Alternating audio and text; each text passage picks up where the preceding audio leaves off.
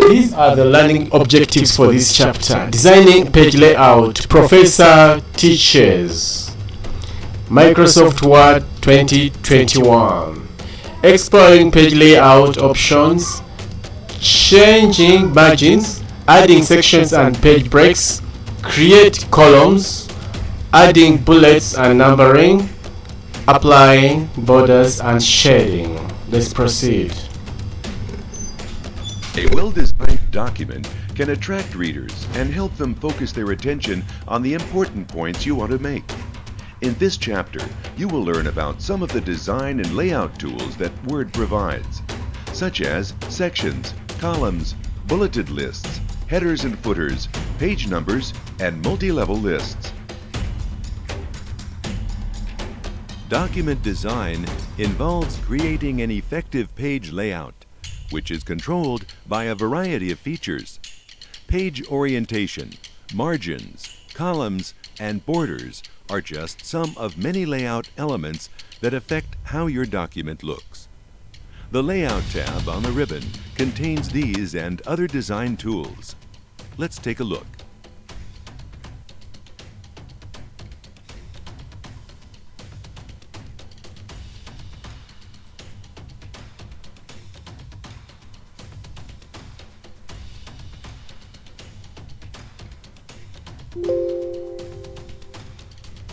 Each group in the Layout tab contains a related set of tools for designing your document. Take a moment to explore each group.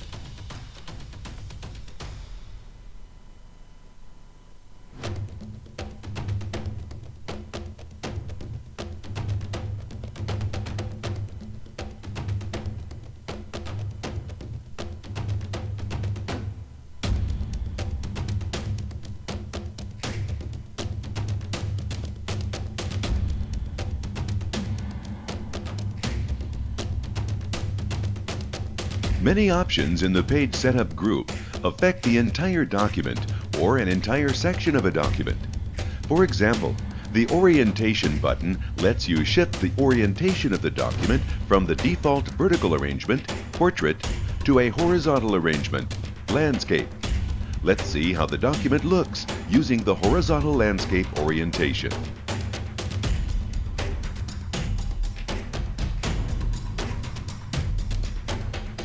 Landscape orientation can be effective for documents with many columns of information which need to be displayed together.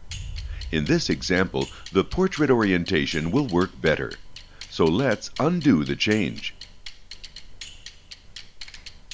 Page margins affect the amount of white space that appears around the top, bottom, left, and right sides of the document. Let's modify the left and right margins of this document. The Margins menu offers several pre-formatted margin options, which affect all four margins in the document.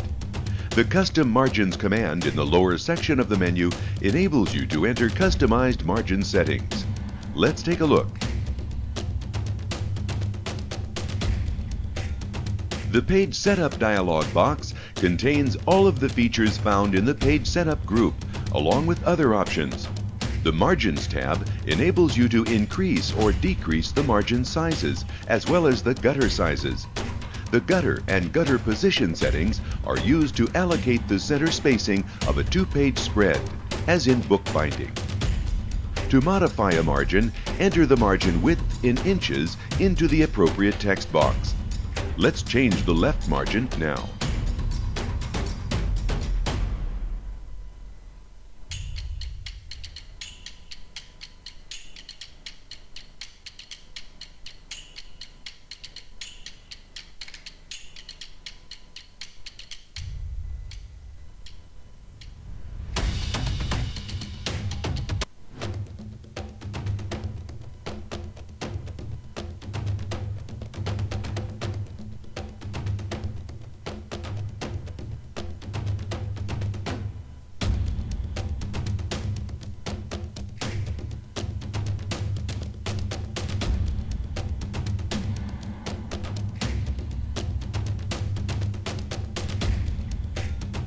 To reduce the amount of white space on the right side of the document, decrease the right margin.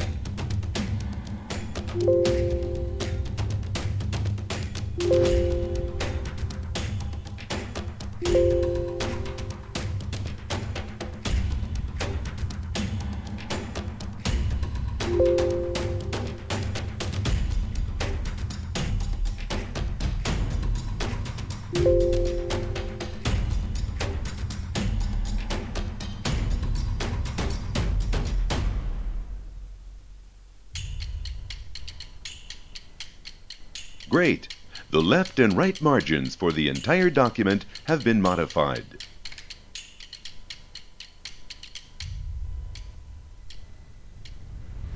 As you format a document, you may find that specific areas of the document require formats that are different from the rest of the document. For example, one area might require different page margins. Word enables you to format specific areas of a document by creating sections. A section is created by inserting a section break at the beginning of the area you want to designate. Let's divide this document into two sections. The lower section will be formatted into two columns, while the top section will remain formatted in one column. This way, the document will be formatted as a newsletter, with the Great Escapes in Kenya title serving as the masthead. To start a new section, you move the insertion point to the beginning of the new section and then insert a section break.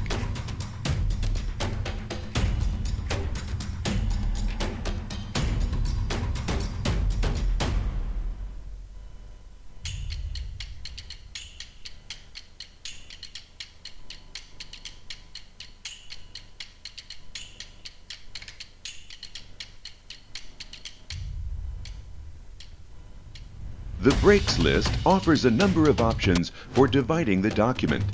The lower section offers 4 ways to insert a section break. A continuous section break starts a new section but does not start a new page. This is the appropriate break for this document. Word has inserted a section break to separate the different sections. All formatting applied below the section break, continuous, will apply only to this section. Word also enables you to insert page breaks so that you can control where a new page begins. Let's try this.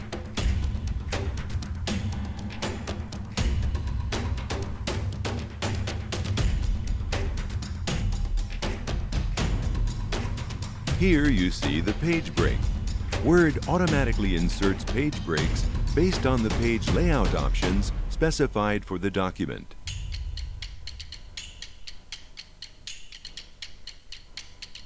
You can insert your own page break at a specified line by moving the insertion point and using the breaks list. Let's insert a page break so that the photographic safari begins on a new page.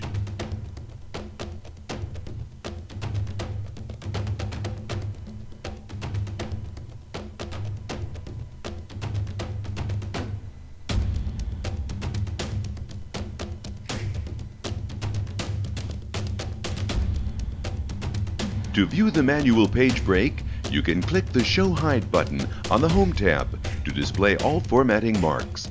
Since the Home tab is not currently displayed, let's use the keyboard shortcut for the Show Hide button.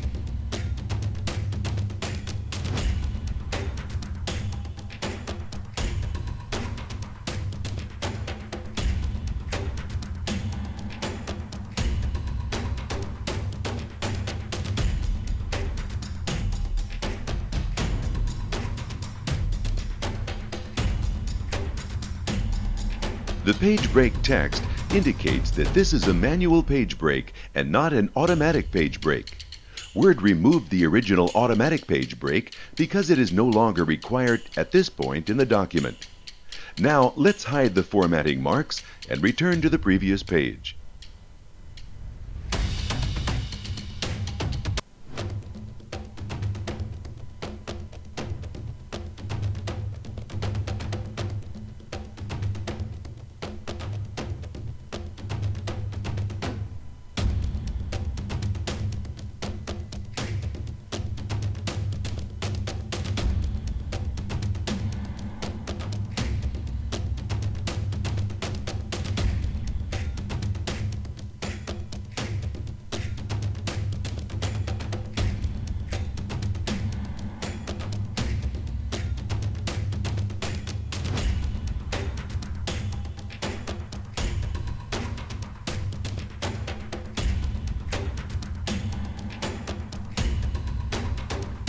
The text in this section is ready to be formatted into newsletter columns.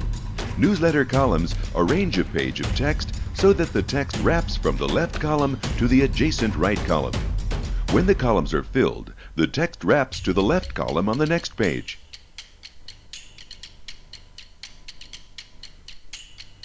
You can create columns before entering text, or you can apply columns to existing text. The procedures for dividing the page into columns are the same for both options. Since the content of the newsletter has already been written, you'll apply columns to this text. The first step is to ensure that the insertion point is in the section to contain columns. Then you access the Columns menu, which is accessible from the Page Setup group.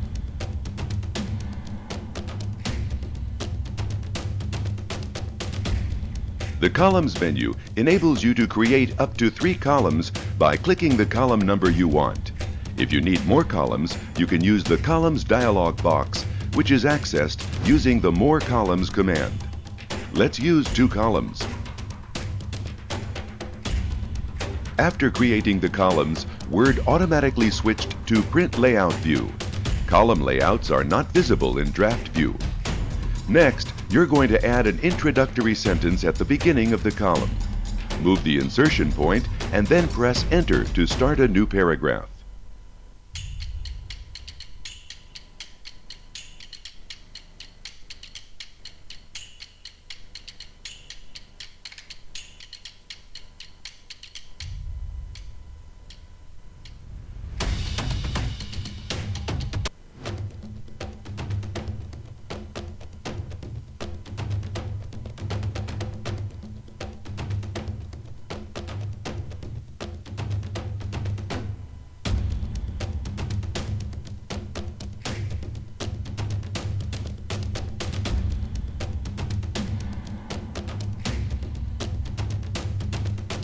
Notice that the additional paragraph caused some of the text at the bottom of the left column to wrap to the right column.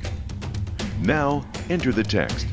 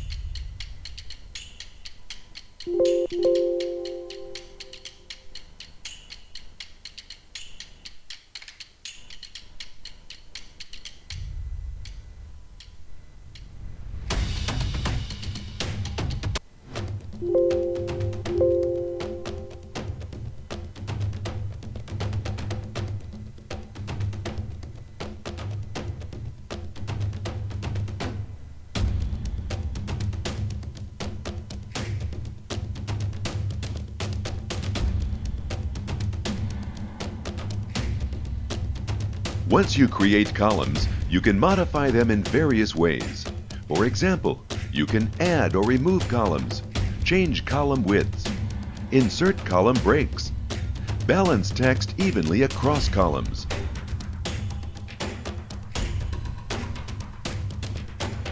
The Columns dialog box enables you to change the column setup. This dialog box is accessible from the Columns menu. Let's take a look.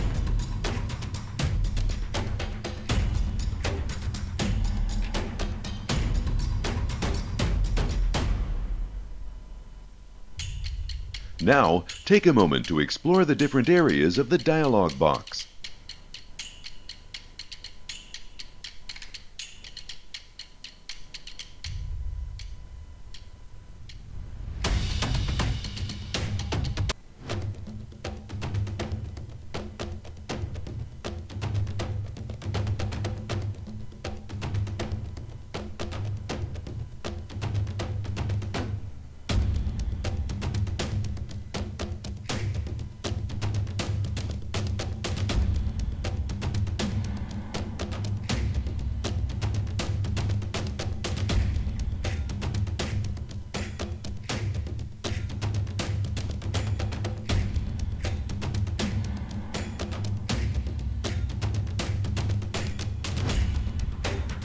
Currently, each column is 2.8 inches wide with 0.5 inch of vertical white space separating the two columns. Let's increase the widths of the columns slightly to 3 inches.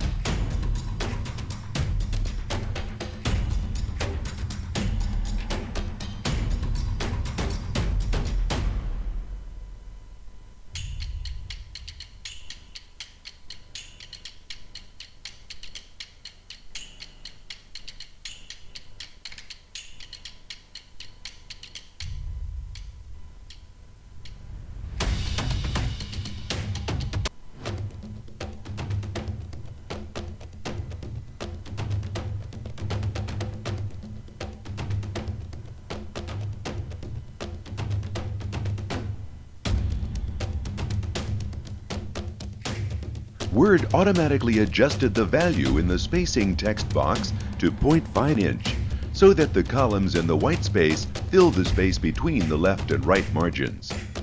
Let's apply this change and then work with the columns on the last page of the document.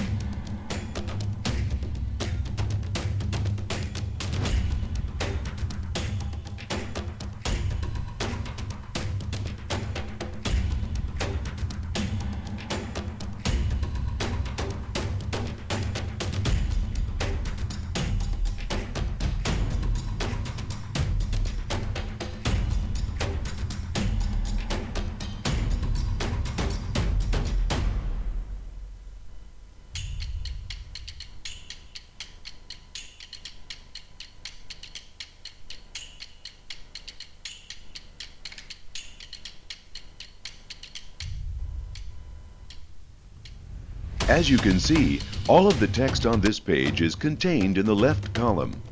To help ensure that each column contains approximately the same amount of information, you will need to add another break. Word provides two types of breaks to do this. Insert a column break in front of text to start a new column. Insert a continuous section break at the end of the section.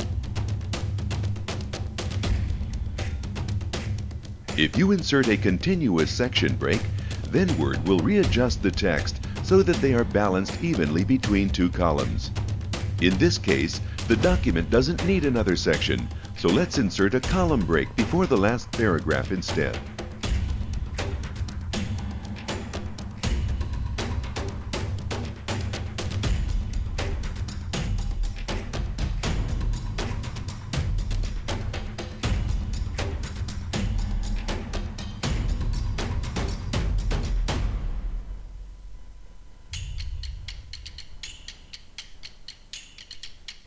Good!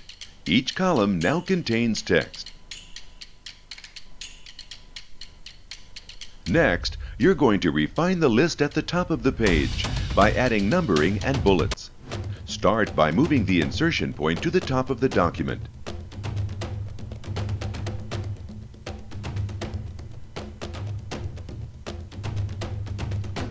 To set apart items in a list, you can add bullets or numbering. Each item in a list must be a separate paragraph. Let's add numbering to the list.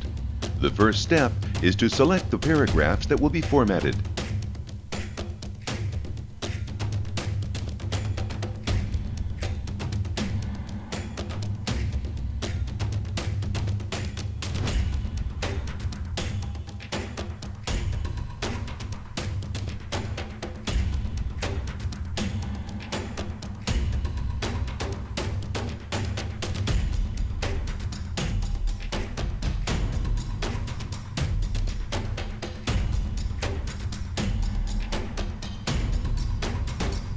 The Bullets button and Numbering button are located on the Home tab on the ribbon. You can also access bullets and numbering using the Selections shortcut menu. Let's try using the shortcut menu.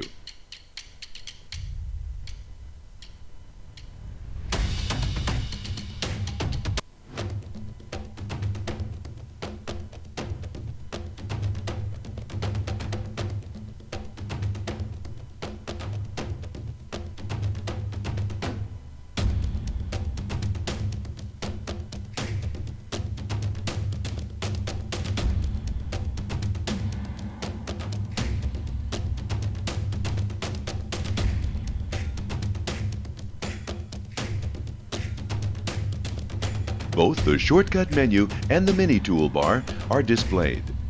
The mini toolbar contains the bullets button, but not the numbering button. So let's use the shortcut menu. Moving the mouse pointer over the numbering option selects the option, which displays a menu of options. The numbering library section contains a variety of number formats you can apply. You can also create a new format. Let's apply the 1, 2, 3 format. The list remains selected and is now numbered. Word also indented the paragraphs and decreased the line spacing. If you were to add an item to this list, the list would renumber automatically. Numbered lists work best for sequences, and this is not really the effect you need here. To convert the numbered list to a bulleted list, select Bullets on the shortcut menu.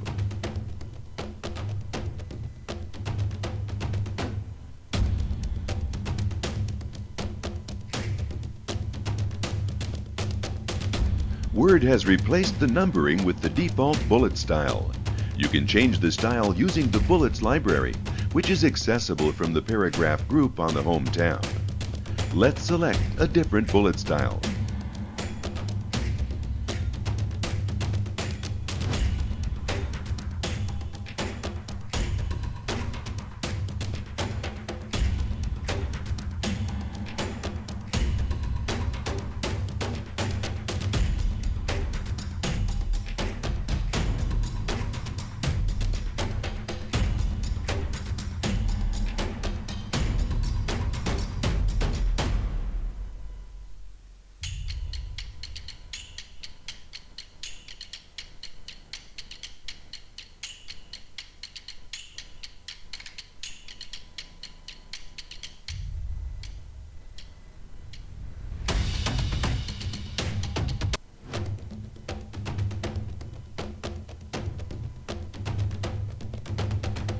The Bullet Library section displays several styles to choose from.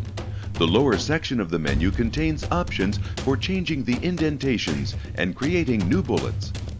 Clicking a style applies it to the list and also sets the bullet as the default style.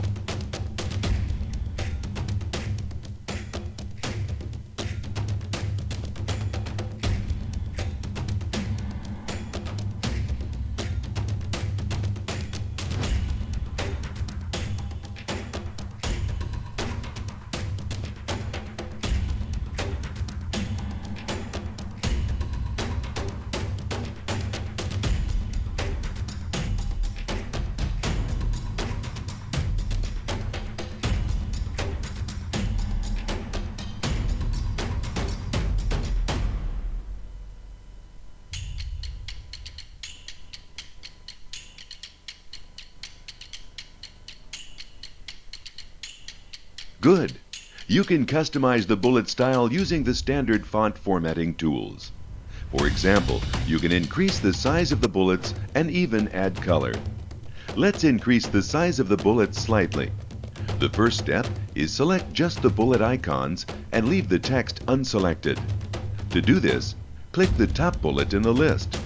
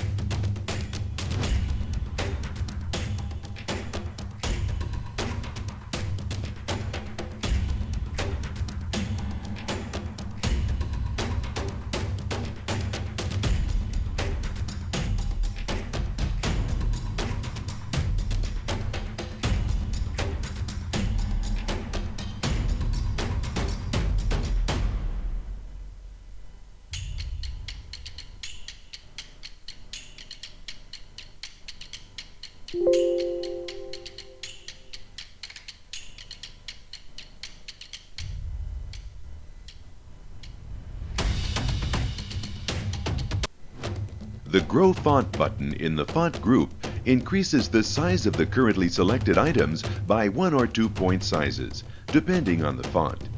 Let's increase the size of the bullets using this button, and then deselect the list.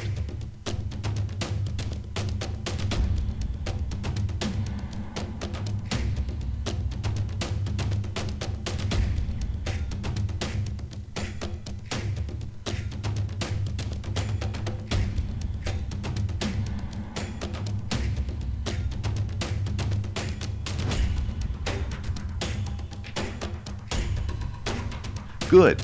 The bullets are now larger, and the spacing between the bullet text has been increased slightly.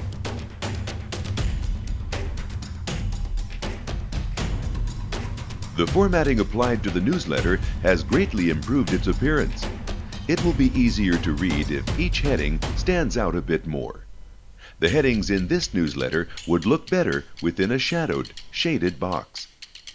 Borders can be added to individual text selections or to entire paragraphs. The first step is to select the text or paragraph.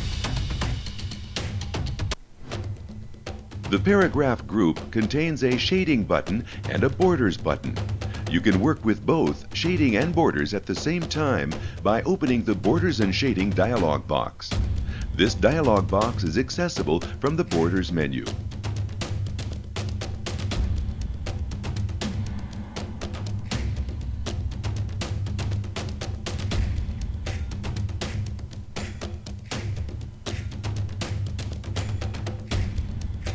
The Borders and Shading dialog box offers 4 types of border settings, plus a setting for no borders.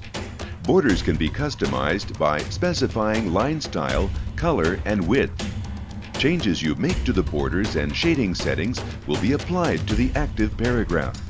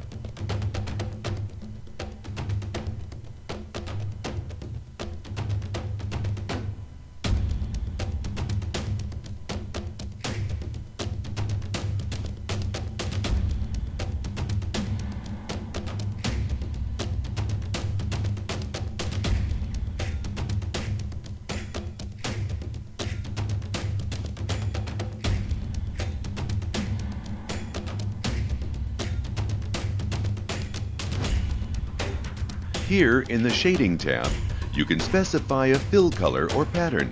Selections made in this tab are reflected in the preview window. Let's use a light fill.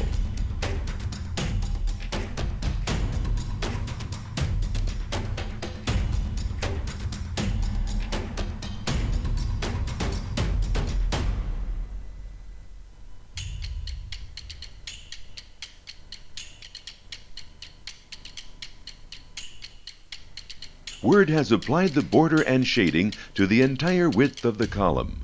Now use the Format Painter to apply this formatting to the other heading on this page.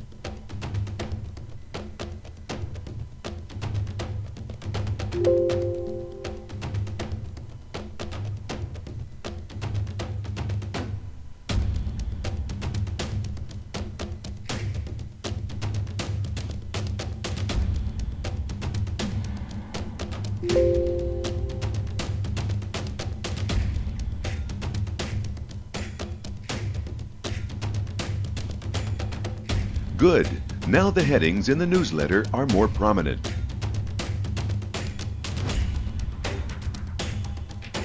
Often, it is helpful to repeat specific information on every document page, such as contact information.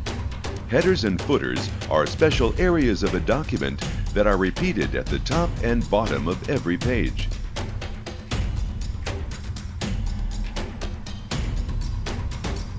You can add many different kinds of information to a header or footer.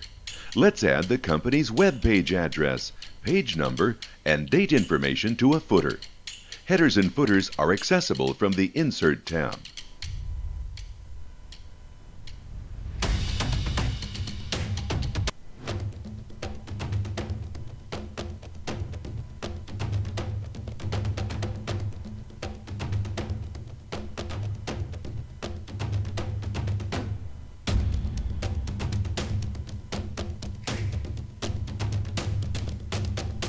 The Header and Footer group contains the header, footer, and page number buttons. You can use the page number button to insert a page number in a header or footer.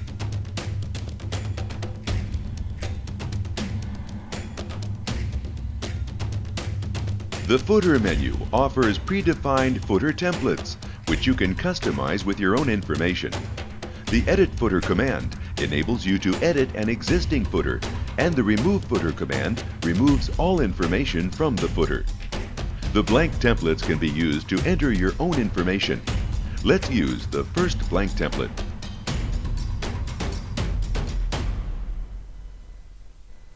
Word is now displaying an editable area for the footer and has dimmed the rest of the document. Notice also that the ribbon now displays the Design tab of the Header and Footer tools. You can use this tab to add and format the footer information. Let's start by replacing the type text placeholder with the company's web address.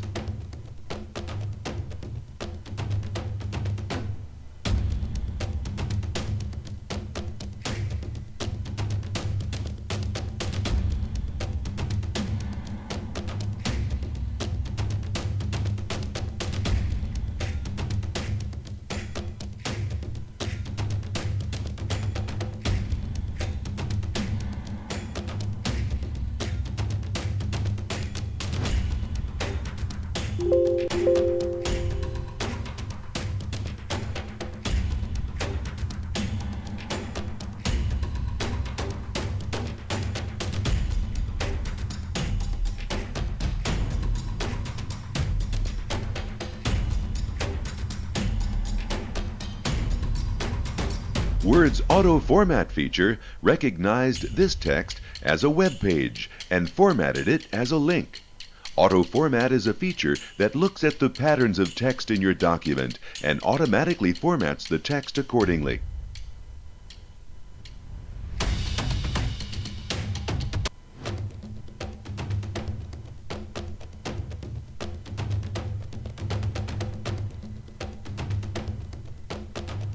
Next, you'll add a field that inserts the current date, which will be automatically updated every time the document is opened or printed. The Design tab contains a button to insert the date and/or time. After clicking this button, you can select the date and time format.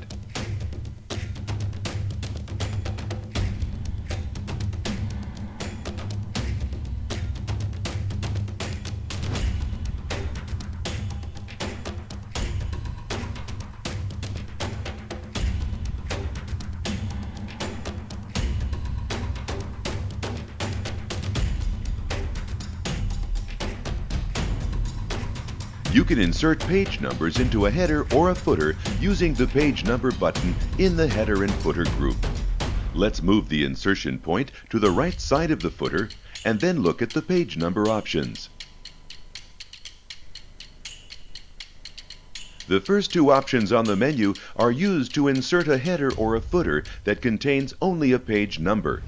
If you selected one of these options now, then the information you just entered in the footer would be removed, and only a page number would be displayed. The Page Margins option lets you insert the page number in either the right or left margin.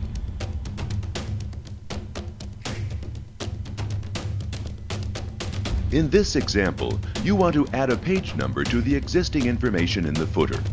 The Current Position option lets you add a page number at the current position of the insertion point. The insertion point can be located in a header, a footer, or even directly in the document. Let's look at the available format. Here you see the first three formats. You can view additional formats by scrolling down the list. In this example, the Accent Bar 2 format will work fine.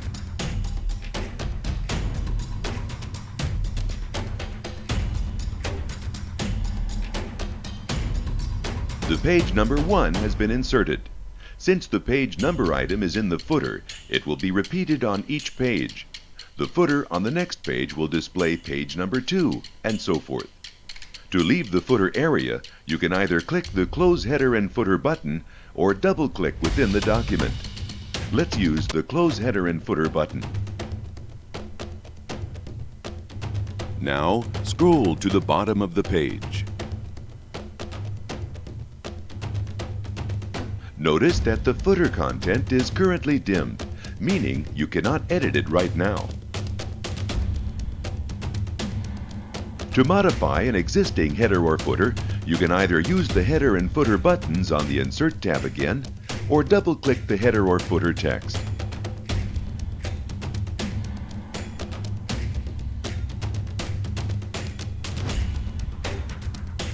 Word enables you to modify the formats of most header and footer items, such as changing the font or customizing the page number display.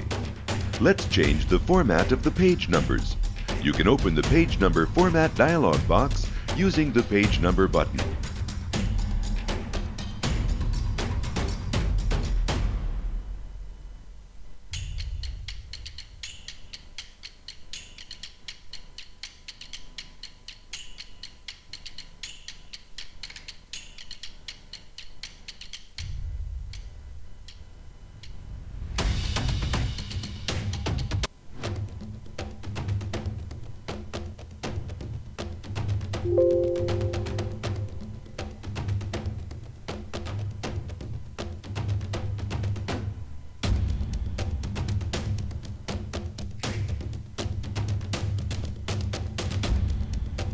The Page Number Format dialog box enables you to select a different page number format, as well as control the automatic numbering. Let's use the number format list to select the format that adds a dash before and after the page number.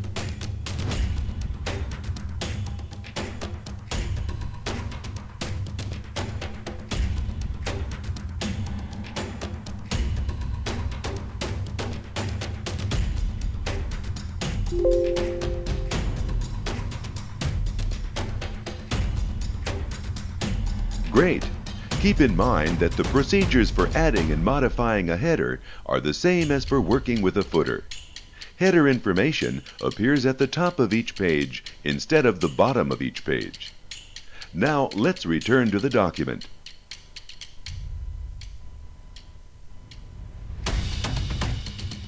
The design and layout features you have added to the newsletter make it easy to read.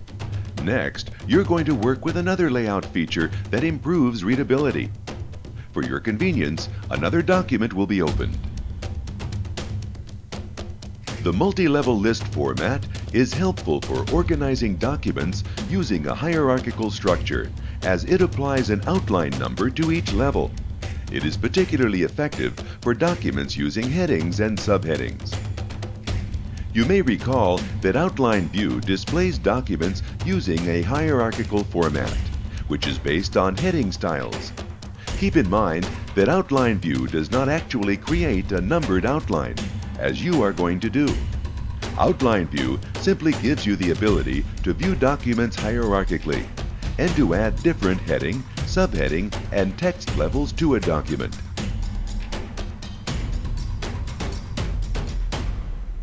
The Displayed Expeditions document uses headings, subheadings, and regular text to organize information. Let's apply a multi-level list format to this document. To apply a multi-level list format to a document with multiple heading and text levels, the paragraphs must be indented. In general, each 0.25-inch indent represents a specific level in the outline. For example, a 0 indent represents the highest or first level of the outline. A 0.25 indent represents the second level. A 0.5 indent represents the third level, and so forth.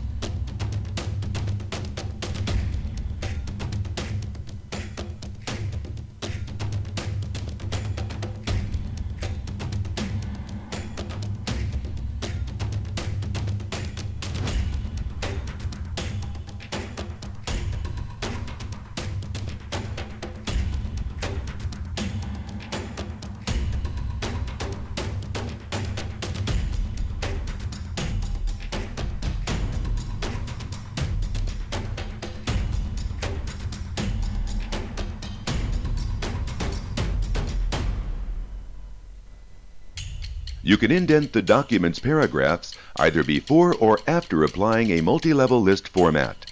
Let's indent the paragraphs now. The default indent for this document has been set to 0.25 inch.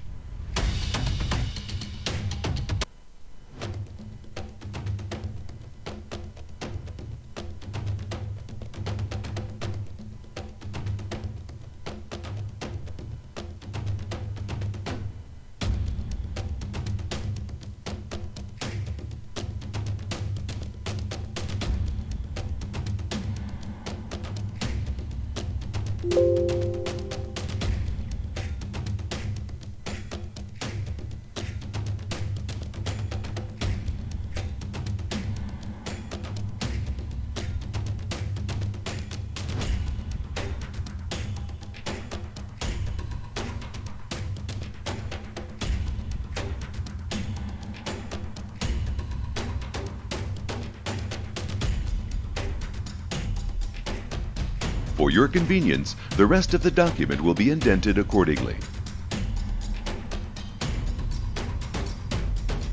Next, you need to select the paragraphs to be outlined. Since the entire document will be outlined, select all the text. A quick way to do this is by using the keyboard shortcut Ctrl+A. Now you can apply one of the styles from the multi-level list menu, which is accessible from the paragraph group.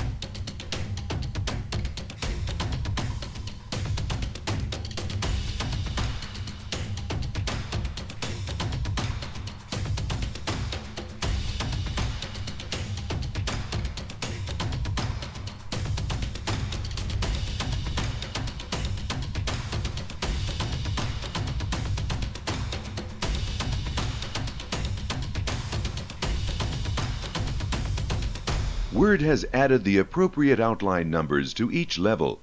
Notice that the format of each outline number matches the format of the line it represents. For example, the second level numbers are italicized. Anyone discussing this document can now easily refer to a specific section using the outline number.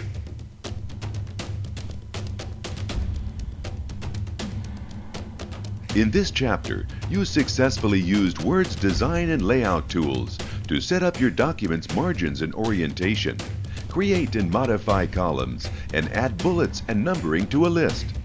In addition, you learned how to add borders and shading to text, create headers and footers, add pages, and outline a document using a multi-level list.